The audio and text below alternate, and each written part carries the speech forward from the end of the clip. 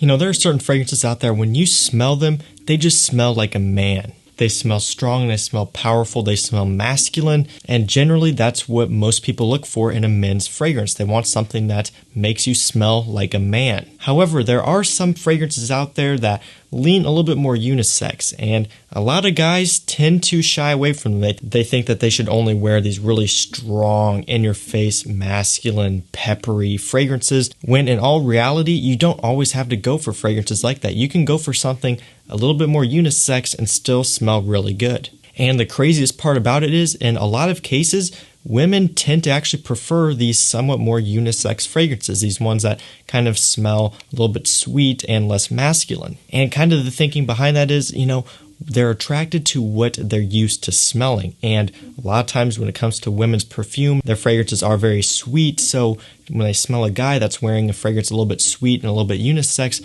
a lot of times they'll be drawn to that as well. So today I figured I'd make a video on 10 great unisex fragrances. These are not going to be in any particular order, and these are going to be fragrances that guys can wear and that girls can wear. And the best part about this video is, when you're buying these fragrances for yourself, you can help justify them to your wife or girlfriend by saying that they can wear them as well. That way it keeps you from getting in trouble if you're spending a bunch of money on fragrances just for yourself. So see, I'm trying to help you guys out one step at a time. I got your guys' back. So let's go and jump right into this video. Again, no particular order, just got 10 of them here laid out. Starting off with the first one.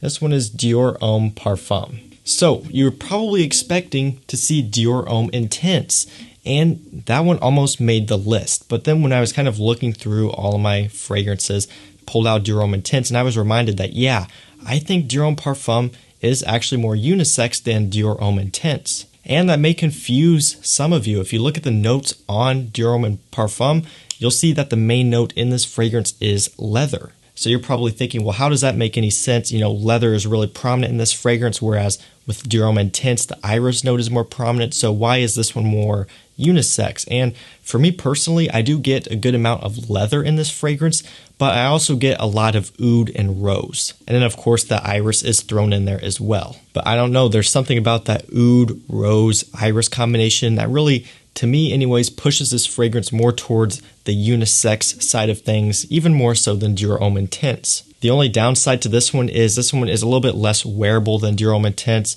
Generally, when people ask me which one I would prefer or which one I would recommend to buy, most of the time it's going to be Dior Homme Intense, just because that one is a lot more wearable and it's a lot easier to pull off. That one is still unisex, but when you're just looking at primarily unisex fragrances, I would say that this one takes the cake on being more unisex. Again, the downfall is it's going to be a little bit harder to wear, a little bit harder to pull off. Very, very potent stuff here, so kind of have to be a little bit careful with this one. Definitely limit your sprays on this one. Probably anywhere from like 1 to 3 sprays is realistically all you're really going to need. Coming up next, we have Creed Millésime Imperial. And to be honest with you here, you can put in a lot of Creeds in this video. I only stuck with one here. I ended up choosing Millésime Imperial just because I didn't want to make this video with a bunch of Creeds in it. But fragrances like Virgin Island Water, Royal Water, Silver Mountain Water, the list kind of goes on. They do have a lot of fragrances in their line that are unisex, but I would say out of all of them, this one probably takes the cake, at least when we're talking about their regular Millésime line of fragrances. It was really between this one and Virgin Island Water that I was tossing between, but I ended up choosing this one. Virgin Island Water probably is just as unisex as this one, but like I said, I only went with one here. Millésime Imperial is a very popular scent. Most of you out there have smelled this in one way or another, whether you've smelled actual Millésime Imperial or if you smelled a number of the colognes out there, because there are a lot of them.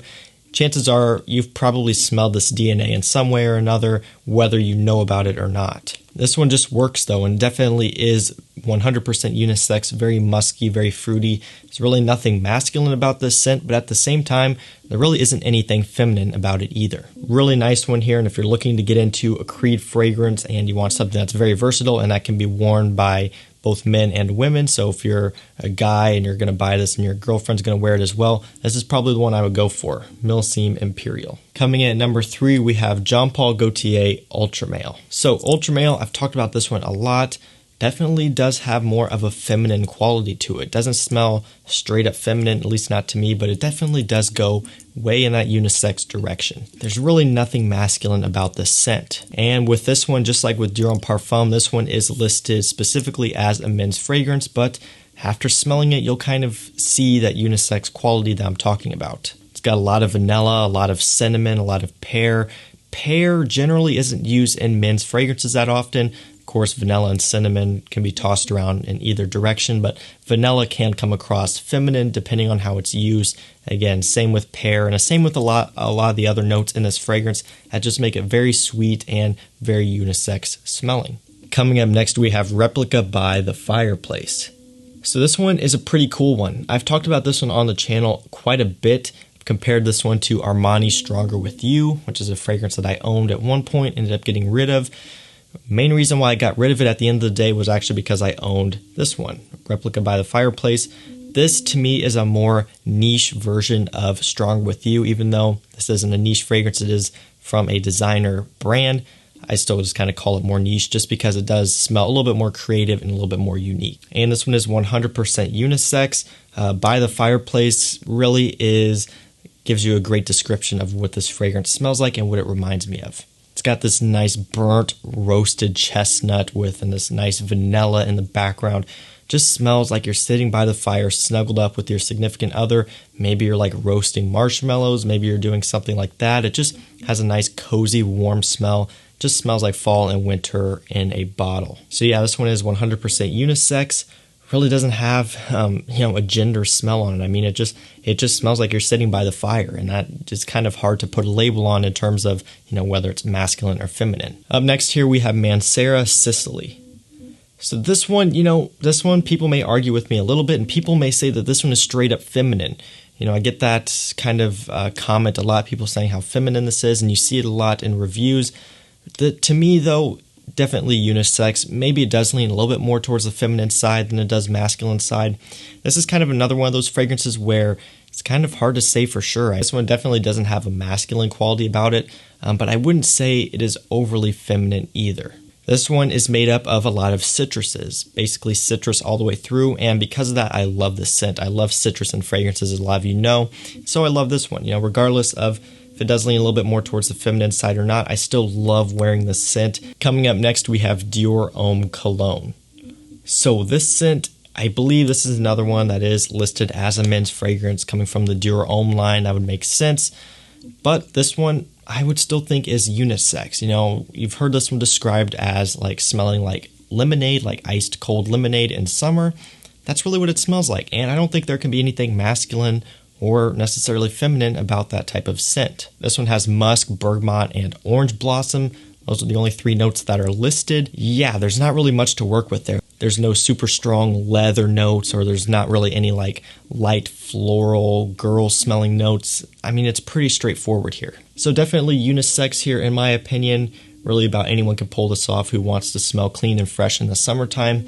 One of my personal favorites, as you guys know, and I'm putting it in the list. Coming up next, we have Baccarat Rouge 540 by Mason Francis Kirkjohn. So this one is listed as a unisex fragrance, and I would completely agree. This is another one where some people are going to say that it goes more towards the feminine side of things. Don't really follow that. I think it is pretty much right down the middle. Honestly, and this is kind of another one where I don't think it smells masculine, but I don't really think it smells feminine either. It's just a different scent altogether, and it just smells like what it is. I know a lot of guys who wear this fragrance, and I'm sure there also are a lot of girls that wear this one as well. So works great for men or women. This, is a good thing here in this case because this one is very expensive. Even just the small 70 ml bottle like this, it's going to run you, I think, about $300 retail or something like that. You have like the 200 ml, which goes over $500 retail. So it is an expensive one. So this is one where if your girlfriend sees or your wife sees this on the credit card statement, $300 for this fragrance, she's probably not going to be very happy with you. So what's nice about this one is you can share it. You both can wear it together. And, if she likes it, maybe it'll keep you from getting in trouble and having to sleep outside. Moving on to the next one here, we have Dior Fève Délicieuse. So this is from their Maison Christian Dior line of fragrances. It was called the La Collection Privée. or La Pri, something like that, and I've changed it to this. And this is basically just their higher end, more exclusive line of fragrances. So Fève Délicieuse is probably the most popular among the Maison Christian Dior line, and a bottle this size is going to run you quite a bit. I believe I paid $220 for this bottle, so it is a little bit pricey, but it was for good reason. It's because I love the scent. It smells fantastic. This is kind of another one where some people are going to argue and say that it does go more towards the feminine side of things.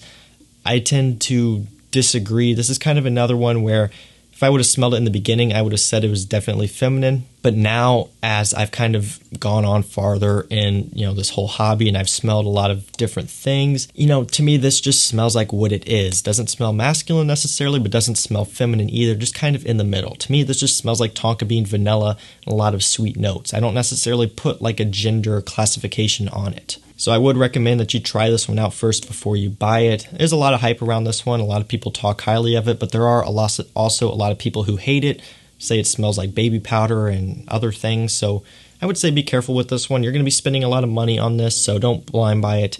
Definitely grab a sample first online. Moving on next, we got the second to last fragrance, and this one is Nishane Luong Cha. So this fragrance right here, 100% unisex all the way through. This just smells like tea. That's basically it. Tea, citrus. That's really about all I get from it. Really a beautiful smelling scent. It just smells summery. It smells light. If you like tea and fragrances, then this is one that you really have to check out. This is kind of known as one of the better tea fragrances out there. It is a little bit more expensive. I mean, you are getting a 50 ml bottle, but it is an extrait concentration. And let me tell you, this stuff is very strong. You wouldn't expect a light tea citrus fragrance to be very strong, but this one is very, very potent stuff. So yeah, if you like the note of tea, you're going to like this one. Fragrances like Silver Mountain Water, Gucci Pour Homme 2, Replica Under the Lemon Trees has a nice tea note. There's a couple others I'm missing off the top of my head, but if you like tea and fragrances, like I mentioned, you're going to have to check this one out, and it's 100% unisex. I don't think it leans feminine, and I don't think it leans masculine either. Just right down the line, just smells like tea. Smells like tea, smells like citrus, smells like summertime, and yeah, you can't go wrong with this one. Really, really nice stuff. And finally, the last fragrance on this list is Karner Barcelona Elborn. So this one right here is a vanilla-based scent. It's got vanilla, it's got Peru balsam, it's got, I think, benzoin. It's got like a lot of balsamic notes in it along with that vanilla.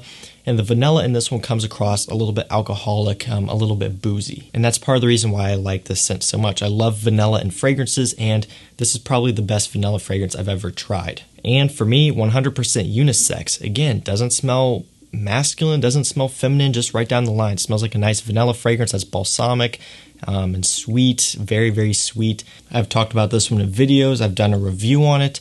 I just like this scent a lot. Definitely one that if you like vanilla, if you like somewhat gourmand fragrances, you like sweet balsamic fragrances, definitely check this one out. And again, it's 100% unisex, so it can be enjoyed by anyone. Really, really nice one here to end the video. Karner Barcelona Elborn.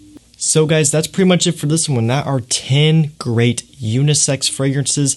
Hopefully this helps you out. Hopefully this gives you some ideas if you want to pick some stuff up and share them with your girlfriend or your wife, or you really just want to wear some stuff that kind of is a little bit more creative and kind of rides the line between masculine and feminine.